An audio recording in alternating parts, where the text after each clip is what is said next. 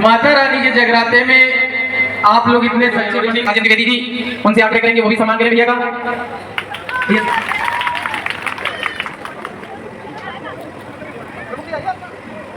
मंच पे आ जाए और जिनका नाम नहीं ले वो भी सब विधायक से जितने जुड़े लोग सब लोग मंच पे आ जाए। मंच नहीं बहुत मजबूत, हम जानते हैं विधायक जी आएंगे इसलिए मजबूत। रोमी सिंह और राजेंद्र द्विवेदी से आग्रह करेंगे, भाई राजू परिहार, रोमी सिंह और राजेंद्र द्विवेदी तीनों भाइयों कितनी सुंदर चित्र राधा कृष्ण का सबसे भेंट किया, इसी तरह आशीर्वाद बनाए रहे। बहुत ही सुंदर माला से सम्मान करें अकबरपुर लोकसभा क्षेत्र। और अरे पीछे वाले भैया जोरदार तालियों से वाह। अकबरपुर लोकसभा विधायक से जुड़ा इसलिए कह रहा हूँ, मैंने आज तक कभी जरौली फेज 2 में यहाँ के सांसद को देखा नहीं है। तो सत्या मैं इस उम्मीद से आपको यहाँ बुलाए हैं, यहाँ के लोग बुलाए हैं कि आप जो है यहाँ आगे कुछ अच्छा करेंगे जिससे जनता आपके साथ जुड़ी रहेगी, क्योंकि समस्याएं बहुत है। मैं इन्हीं शब्दों के साथ आपसे चाहता हूँ कि विषय में जरूर कुछ बोलें। सर्वप्रथम सभी से सम्मान करना चाहते हैं विधायक जी का, बहुत बहुत धन्यवाद। जय श्री राम, जय जय श्री राम, जय जय श्री राम। अवधेश सिंह सेना जिंदाबाद, अवधेश सिंह सेना जिंदाबाद, जिंदाबाद, अवधेश सिंह सेना जिंदाबाद, जिंदाबाद। बहुत बहुत धन्यवाद।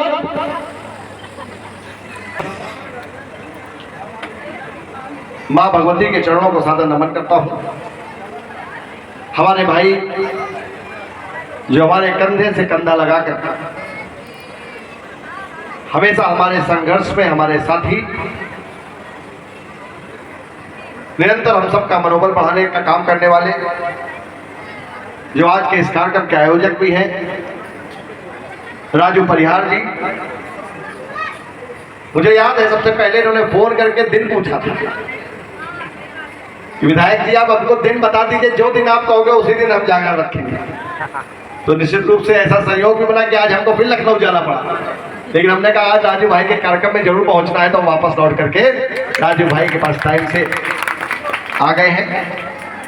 हमारे मध्य में हमारे प्रमुख जी अशोक सचान जी हैं, हमारे आदरणीय बड़े भाई मनोज द्विवेदी जी हैं, रोमी सिंह जी ने भी अभी हम सबका स्वागत किया है।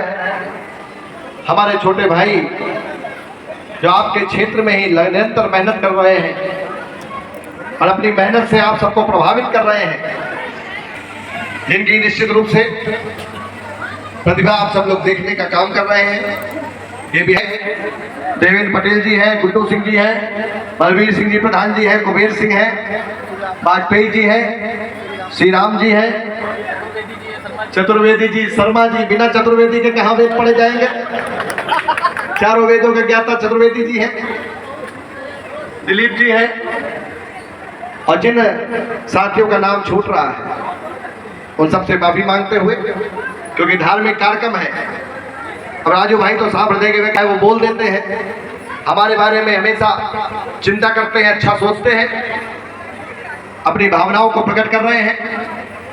और सबसे बड़ी बात, अच्छी बात मैं देख रहा हूँ यहाँ पर माँ भगवती का कार्यक्रम है, माँ भगवती का जगराता है, और हमारे सामने बड़ी संख्या में हमारी माता में बड़े बुजुर्गों को, नौजवान साथियों का, और इस माइक के माध्यम से मेरी आवाज इस क्षेत्र में जहाँ तक भी जा रही है, मैं आप सबका इस कार्यक्रम में अपनी तरफ से हार्दिक अभिनंदन करता हूँ, वंदन करता हूँ, नमन करता हूँ, स्वागत करता हूँ। ये धार्मिक कार्यक्रम है, धार्मिक मंच है, ये मेरा सौभाग्य है कि आज इस धार्मिक कार्यक्रम के माध्यम से आप सबको, आप सब सामाजिक कार्यक्रमों में, धार्मिक कार्यक्रमों में मैंने इनके अंदर वो भावनाएं देखी। कोरोना का दौर था, हमारे क्षेत्र में बहुत समस्याएं थी, मैं उस क्षेत्र की सेवा करने का काम कर रहा हूं। लोग इनसे प्रेरणा लेने का काम कर रहे हैं। डेंगू फैला, डेंगू में भी हमारे क्षेत्र में इन्होंने अपनी अनूठी मिसाल पेश करने का काम किया कि धार्मिक, मैं आने वाली पीढ़ी के लिए ये इस कार्यक्रम के माध्यम से संदेश देना चाहता हूं कि राजू भाई जैसे व्यक्तित्व, सनी भाई जैसे व्यक्तित्व जो निरंतर समाज में काम कर रहे हैं, निश्चित रूप से हम सबको इनका हौसला बढ़ाना चाहिए, ऐसा मेरा कार्यक्रम है। मैं आपके मध्य में ये बात कहना चाहता हूं माँ भगवती के लिए कहना चाहता हूँ, क्योंकि मातृ शक्ति हमारे सामने है। माँ दुर्गा का महत्व बताना चाहता हूँ। आपने अनेकों धार्मिक कार्यक्रम देखे होंगे। नवरात्र में हम लोग 9 दिन व्रत रहने का काम करते हैं, देवी माँ को पूजने का काम करते हैं, भगवान राम को पूजने का काम करते हैं। जब जब असत्य और सत्य की लड़ाई हुई है, जब जब अधर्म और धर्म की लड़ाई हुई है, जब जब दानवता और मानवता की लड़ाई हुई है, मैं एक उदाहरण केवल आपके रावण से युद्ध लड़ रहे थे। आतताई रावण को परास्त करने का प्रयास कर रहे थे, अनेकों कठिनाइयों से जूझ रहे थे।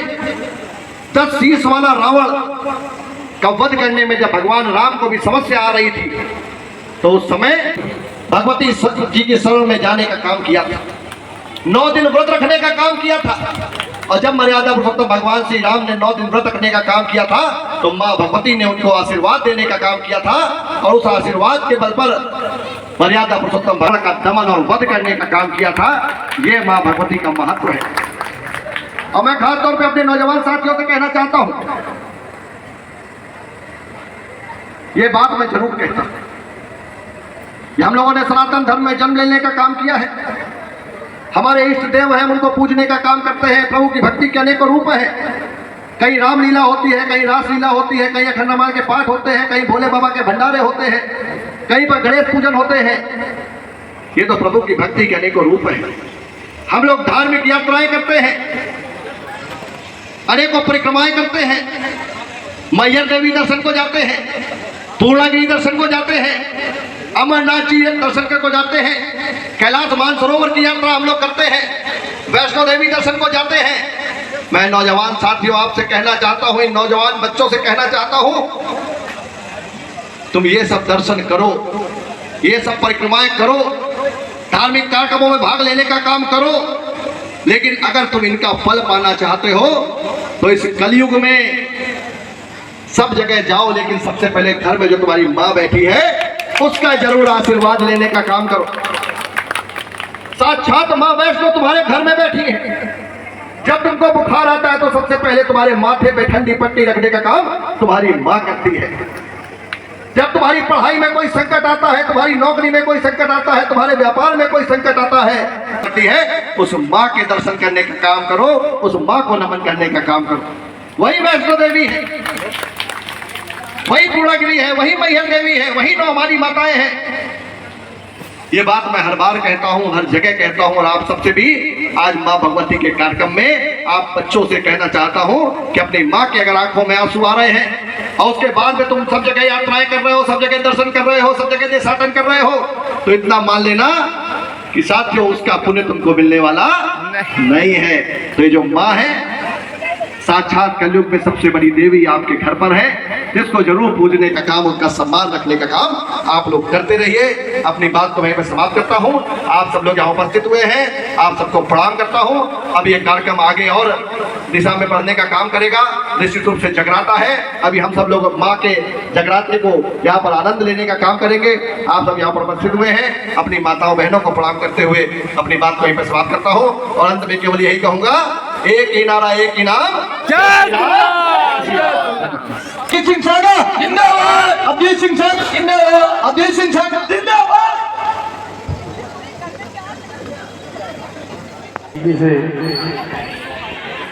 एक बात बताई कि वाकई माँ की सेवा में ही सब कुछ है।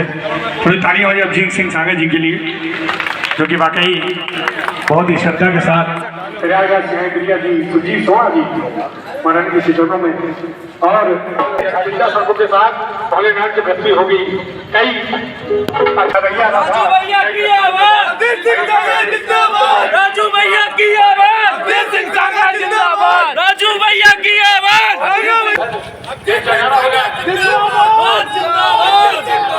जिंदाबाद जिंदाबाद, राजू भैया की। ये कार्यक्रम 2012 से चल रहा है, लेकिन विधायक जी का आगमन यहाँ पर पहली बार हुआ। बहुत जल्दी आप सबको खुशखबरी मिलेगी।